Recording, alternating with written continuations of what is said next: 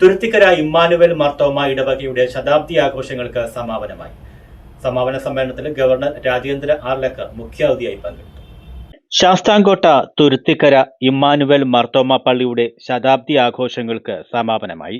ശനിയാഴ്ച വൈകിട്ട് നടന്ന സമാപന സമ്മേളനത്തിൽ ഗവർണർ രാജേന്ദ്ര വിശ്വനാഥ് ആർലേക്കർ വിശിഷ്ടാതിഥിയായി പങ്കെടുത്തു. But this is the celebration of 100 years of that we have been maintaining the faith within ourselves. God has given us many things and God always gives us. Adoor ഭദ്രാസനാധിപൻ മാത്യൂസ് മാർ സെറാഫിം എപ്പിസ്കോപ്പ അധ്യക്ഷത വഹിച്ചു.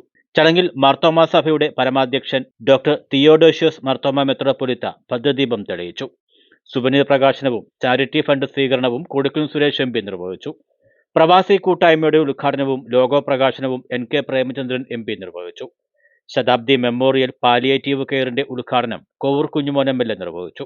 Kunnathur Gramapanchayat president Anupama P.T, Sasthamkotta block panchayat vice president B. Sivasankarapillai, Saint Thomas evangelical church വികാരി John Mathew, Karinthottuva Saint Mary's Malankara കത്തോലിക്ക church വികാരി father Caleb, Vijayarani കത്തോലിക്ക church വികാരി father Justin Joseph, Karinthottuva Saint Mary's Orthodox church വികാരി father Praveen Sam Panicker തുടങ്ങിയവർ പങ്കെടുത്തു. സമാപന സമ്മേളനത്തിൽ മുൻ ഭാരവാഹികളെയും 80 വയസ്സിന് മുകളിലുള്ള ഇടവക അംഗങ്ങളെയും വിവിധ മേഖലകളിൽ കഴിവ് തെളിയിച്ചവരെയും ഉന്നത വിജയം നേടിയവരെയും ആദരിച്ചു. തുടർന്ന് ഇടവക ജനങ്ങളുടെ നേതൃത്വത്തിൽ മാർഗം കളി, കോൽക്കളി, നൃത്തപരിപാടികൾ എന്നിവയുടെ അരങ്ങേറ്റം നടന്നു.